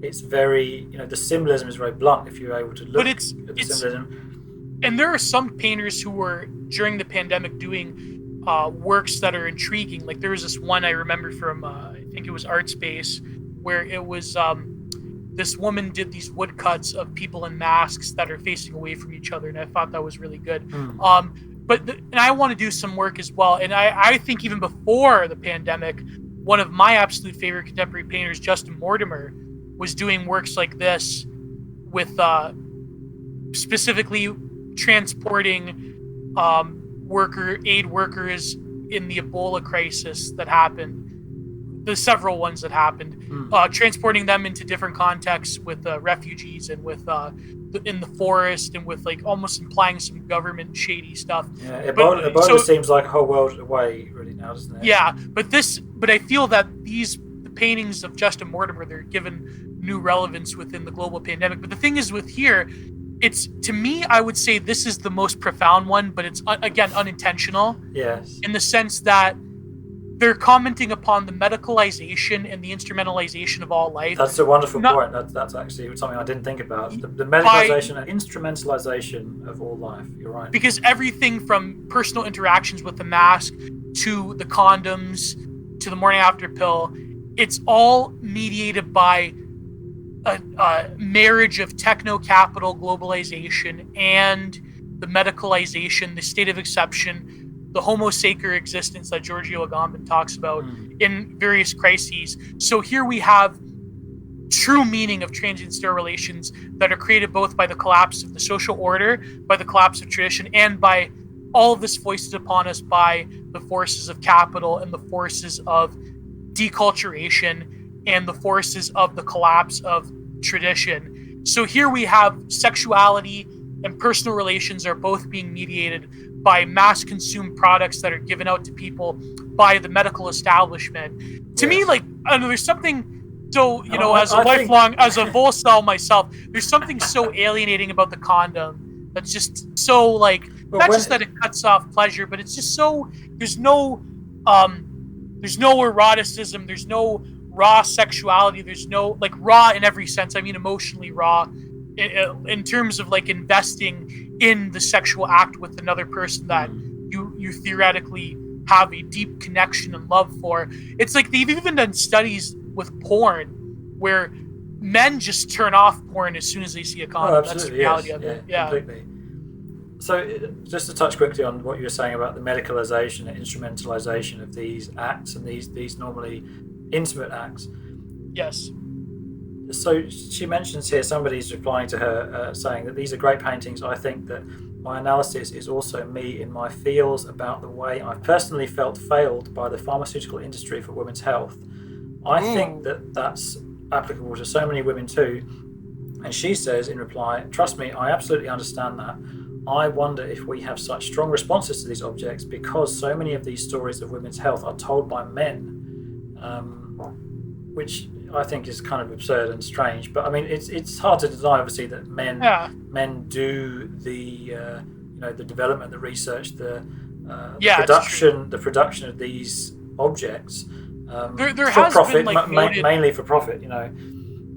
Yeah, there has been a noted lack of, like, up until recently, of, like, research into women's health. But I feel that, again, this is just like this knee-jerk feminist response to just blame men for everything. Yes, I think there is a knee-jerk response, but there's also things like, you have nowadays, obviously, you've got the trad wife movement, and it is really a movement. There's women, they're having babies, and they're comparing their experiences and saying, well, birth control for me was horrendous, it turned me into a monster, I thought that this was, completely unhealthy, I didn't like the way it made me feel. Well, birth control hypersexualizes women, you know that. Like, that's been studied. Well, sometimes it has all sorts of bizarre effects. This is obviously based on what we're anecdotally said. Even things like blood clotting. You're more susceptible to that. And I personally think it's good. I'm glad that there's an overall kind of revolt against these things. But then often you see the backlash turn upon the medical industry saying, "Oh, well, these pharmaceuticals have failed us." But these pharmaceuticals did exactly what they were designed to do. They have a remarkable effective rate. You can have and the contraceptive options obviously for women are vast and sundry. And it's a Faustian bargain. It is a Faustian bargain. But when you don't want to hold your end of the Faustian bargain, that's when you take to Twitter and you say that the pharmaceutical industry has failed you in some way. So another response she's had here, the paintings are deeply personal, all deeply personal. She says, I do think that there is a lot to be unpacked about the relationship between object, consumerism and the self. Okay there, Andy Warhol.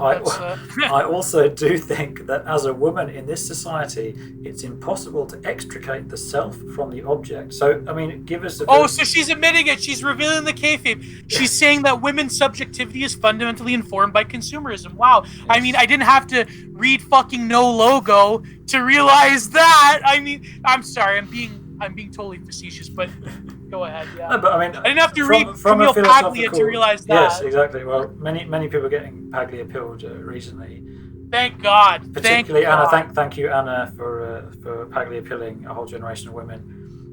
Yes. But just quickly to touch on this, taking it at face value as a philosophical statement, it's impossible in this society to extricate the self from the object. So that's what she's saying, that she somehow identifies or is forced to identify by, the machinations of techno-capital. Is she forced to identify with these objects of pleasure and of self-debasement? Well, this is classic hypermodernity right here. This is the implosion of the self into not just vectors of data collection, but also vectors of consumption, because now in order to be a whole person, you have to consume an identity that it's often a very fragmented identity that comes from an agglomeration of various things. And it's also plays into the medicalization of life in the state of exception, because now the government comes in and gives you the objects of your protection that is centered around your sexual identity and your personal identity. and you have to conform your behavior to like the post-pandemic world of like revolving lockdowns, and even sexuality itself has to come with this level, this barrier between true intimacy and protection and medicalization, and it's all wrapped up into one. And I feel that if we were to talk to this person one-on-one, she could probably get this. Yes. If we saw behind all of our like fucking incel humor, but you know what I mean. I'd like to think so. I mean, again, just to clarify, we're not trying to tear down this woman and say this woman is. I feel like I'm being too hard on her in my tweets that I made, but I don't think this woman is intrinsically a bad person, and I think the art was made with maybe not the best intentions, but it was certainly made with intentions that transcended maybe its meaning and its own value. It's kind of greater than the sum of its parts almost. Exactly, but she just has to realize that when you release art into the world, you don't have control over the response to it. And let's take a moment to talk about some of the responses to this as well. Oh God, I mean, we got, if you scroll through the quote tweets of this, there's been really a storm around this. But I may or may not have you may have been some way into causing it. But obviously, so you've got this separated into the usual kind of, let's just say that the trad industrial complex. Trad take industrial complex. The trad take industrial complex, where basically you're spitting upon this, saying this is horrendous, degrading. This is Weimar 2.0. And you're taking Rubens and illustration still lifes from the 19th century. Yes, and you're taking academic French art and Dutch, famous Dutch still lifes from the bloody, from the National Gallery, and you're putting from Van Eyck and you're saying versus this, versus that, and it's like this is you're a complete parody of yourself. You're absurd. What is this supposed to prove? Yeah, people were sick at painting. In the 19th century, there were academic techniques for painting still life. What are you going to do about it? Obviously, this to me is just another great opportunity for people to sort of virtue signal. That's a very tired phrase, obviously. But I have real taste in art. You don't. Exactly. I mean, look at this taste I have, as opposed to you. But the woman made these. It's like people that say I only listen to jazz and classical music. Well, it's unfortunate. As I kind of grind down to the nub, this kind of take the idea that you end up being a slave to this aesthetic. You're not a slave to art and to the pursuit of any kind of real beauty. You're a slave to an aesthetic, and you're a slave to a Tumblr feed-esque collection of kind of curated things that you've decided. Oh, this is true and this is good. And it's I just use this to dab. Posting. I use this to dab on the plebeians. Yeah, I use this to dab on the degens. Yeah.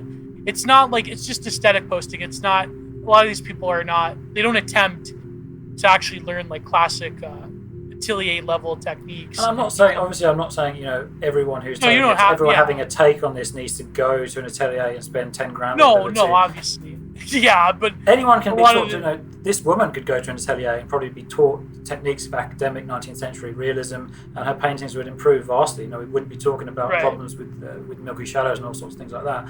But that's not going to happen. And also, what's not going to happen is people are not going to stop using art like this to enforce their own kind of what you call vulgar tradism sphere, their own sort of aesthetic sphere, which is simply designed to signal, oh look, we know what's good and this is definitely not good. This signifies a degenerate age in which we live, and I'm not a part of this, even though you're part of the complex of your antagonistic takes.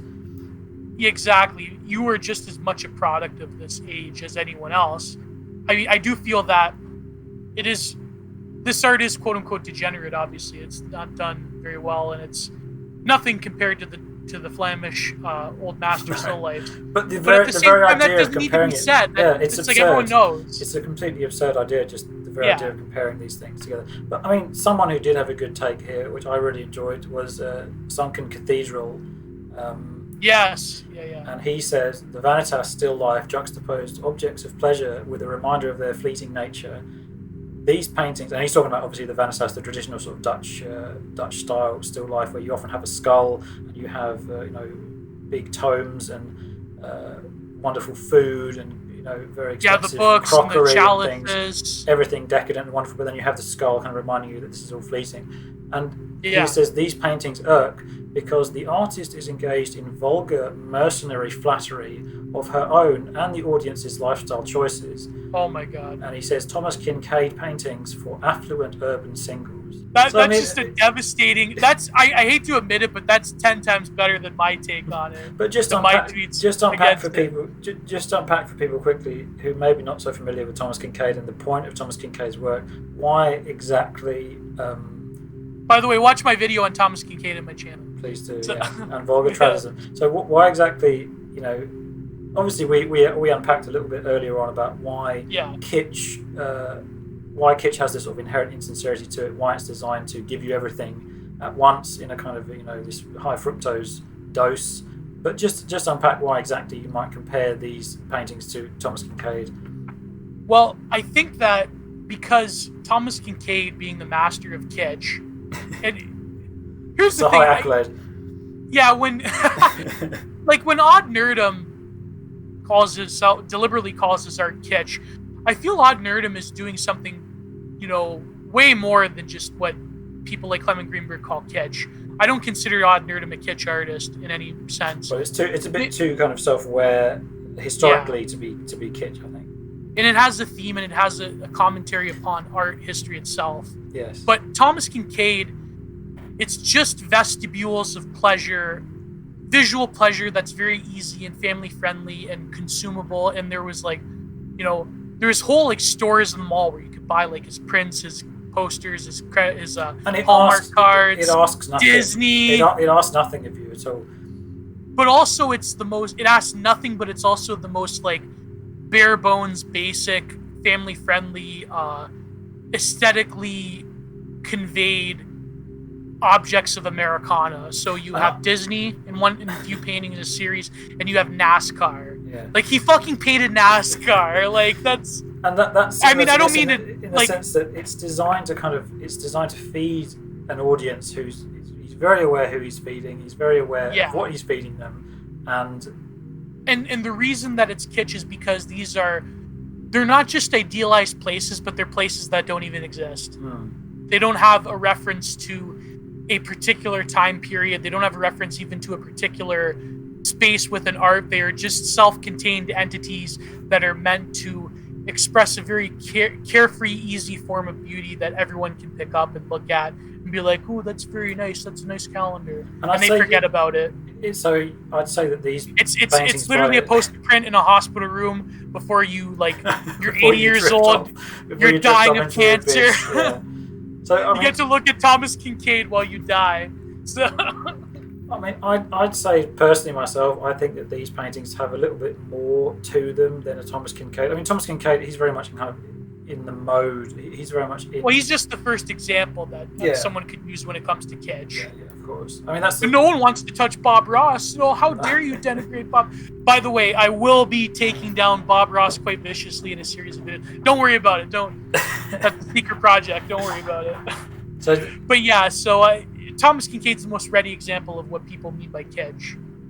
But besides, Thomas Koons, Jeffrey Koons, or whoever. Yeah. But I mean, I think that what Sunken Cathedral is trying to get at here is the fact that these are very carefully constructed and designed for a certain demographic of people. And it's a big demographic, obviously, as we've seen from the 320,000 likes this painting received. Yeah, this is kitsch for the millennial baddie, pretty much. Put it that way. So. Another couple of takes here. Somebody said there's plenty of these trad takes. Some of them are a bit more kind of in depth than others.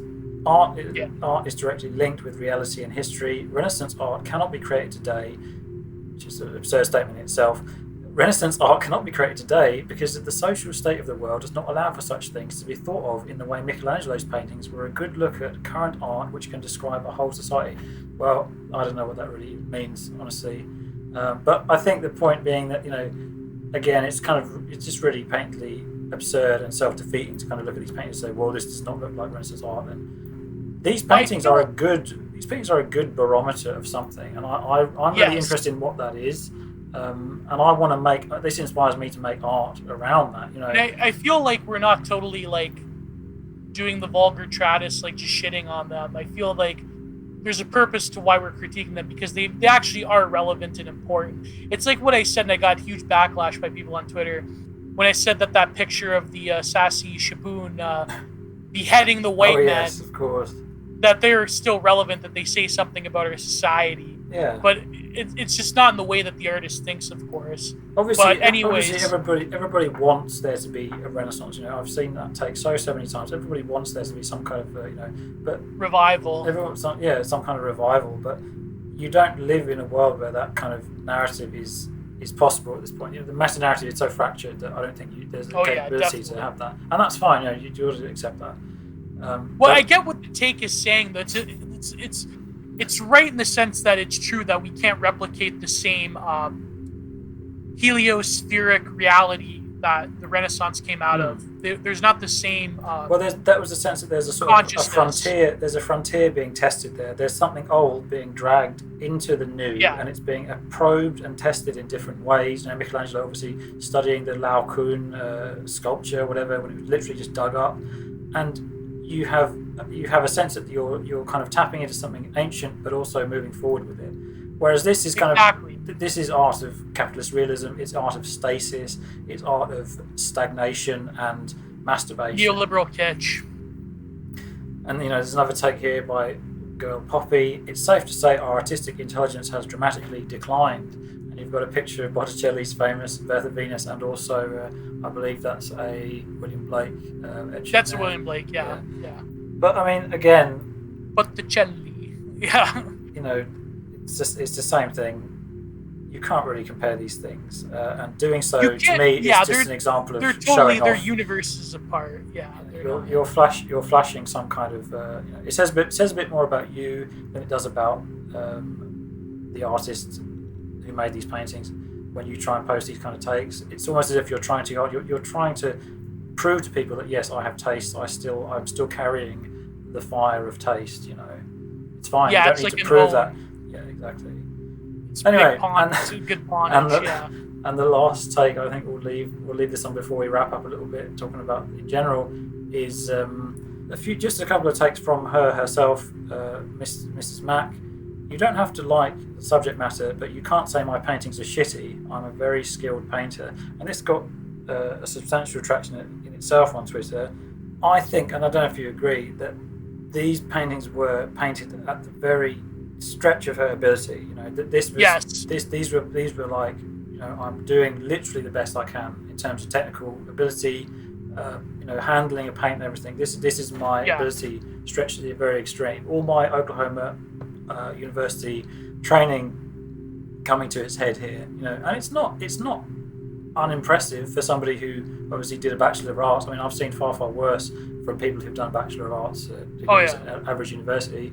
And this girl is relatively young. She could develop into a competent painter. I don't know. I'm not going to make any qualifications on that. But I don't think that she's trying to celebrate degeneracy or ugliness per se. I feel that within the context of like grammable kitsch, she's doing like tropes that are very commonly relatable to a lot of these Instagram baddies. Yeah. So it's beautiful to them. Yes. But to like the sensibility of the trad that looks at like 19th century. Well, this is red meat. Academic paintings. This is red meat to the average trad. I mean, there's even somebody here. There's even somebody here who's made a take that says quote tweeting, and they say just trad bait, and somebody replies. Yeah. Somebody replies saying self-awareness. Yeah, I do agree that the 300,000 likes do fucking infuriate me. Obviously, like we've had this discussion. Well, I often say to people, when people get kind of irate about, this got so much traction. This is really just an alien thing to me. This is an alien algorithm, an alien force that is acting upon something. It's got to be boosted by the algorithm or by someone on Twitter or by Reddit. I'm not even saying it's boosted. I'm not saying this is some kind of conspiracy. I'm just saying that this is a force that is kind of beyond people's control. And if it wasn't this that floated to the top, it would have been something else. The very fact that there's new stuff like this every week or so, that we could do 3 hours on everything. Like the black women with the severed heads, the black women with the severed heads. It's not like stuff like this is not, it's not going to be floating to the surface again and again and again, because it's being made for that purpose. It's made for purpose. It's made to go viral, but it's also something that is made with. There is a genuine intention behind it, and I think that acting like it's not important and that's the kind of the conclusion I'd like to sort of bring us to. Acting like this art is not important, and acting like it's just sort of to be spat upon and quote tweeted for a quick own, that is not going to get art anywhere. That's not going to improve the state of art. That's not going to lead to a renaissance, and that's not going to remove this art. I think engaging with this art is important. Engaging with it on its own merits, bringing it into the dialectic of art in general.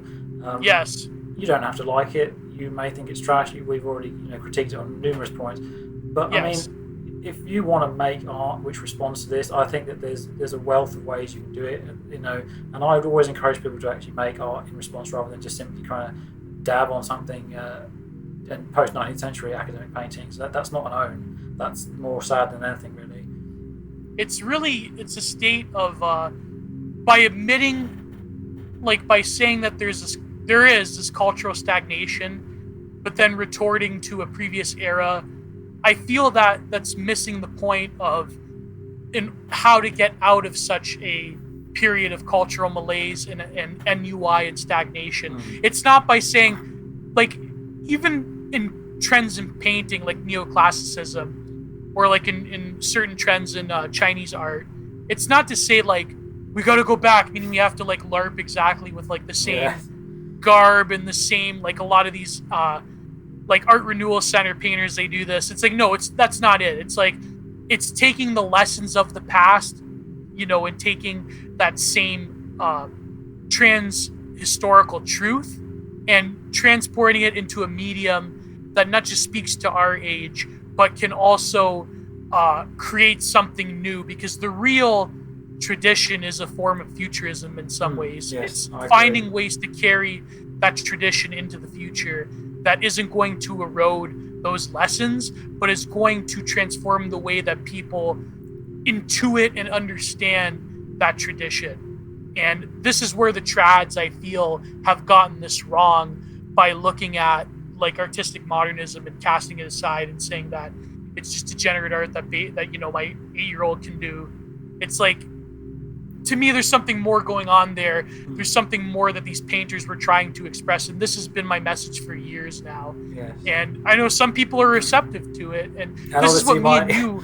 You and I, we've preached this forever, but it's just. Well, my message, particularly, is always going to be: if you don't like this sort of thing, you need to learn how to paint something better. If you consider yourself an artist, and if you really, don't want to be an artist, then I would think of try and think of a bit more of an intelligent response to it, a more cultured response to it. If you're going to be, a supposed cultured thug or whatever you want to call yourself, you can have a cultured response to this art, and you can, not simply just spit on it. It's far more intellectually stimulating. It's far more spiritually stimulating to actually look into maybe some of the things behind this art, conscious or unconscious, and try and actually start a dialogue. There's about like. It.